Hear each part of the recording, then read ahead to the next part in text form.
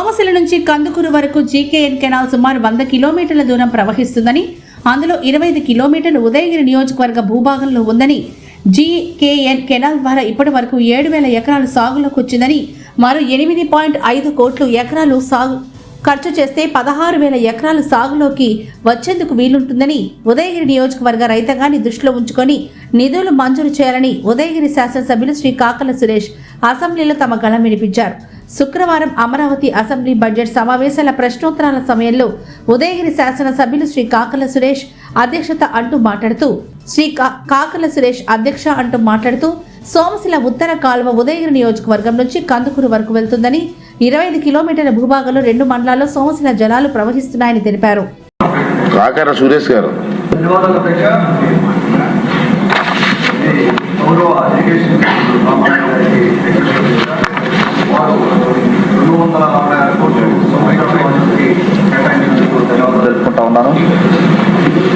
దాని కింద GKN canal Somasila project నుంచి కందుకూరు రాళ్లపాడు రిజర్వాయర్ దాకా 100 కిలోమీటర్స్లో జీకేఎన్ కెనాల్ ఉంది.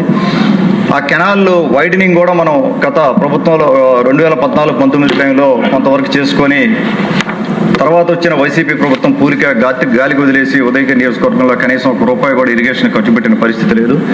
మనం మళ్ళా కూడా ఆ కెనాల్ ఎక్స్పాండ్ చేసుకొని 772 క్యూసెక్కుల నుంచి 1,400 క్యూసెక్కులకి మనం దాని కెపాసిటీ పెంచుకొని ఆ కెనాల్ని ముందుకు తీసుకెళ్తా ఉన్నాం.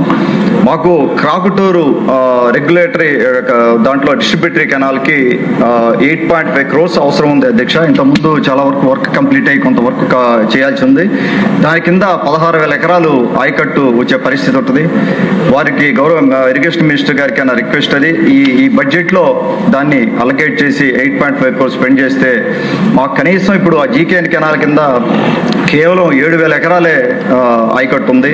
మనకు 25 కిలోమీటర్లు మా నియోజకవర్గం నుంచి కెనాల్ వెళ్తున్నా కూడా కేవలం 7,000 ఎకరాలకే మనం నీళ్ళు ఇచ్చే పరిస్థితి ఉంది. కాబట్టి కొద్ది ప్రత్యేక దృష్టి పెట్టి ఉదయగిరి నియోజకవర్గం మీద 8.5 crores ఆ బడ్జెట్ కింద పెట్టి మాకు 16,000 ఎకరాలకి ఆయకట్టుకి నీరు ఇవ్వమని మీ ద్వారా వారికి మనం చేసుకుంటాం అధ్యక్ష. థ్యాంక్ యూ అధ్యక్ష.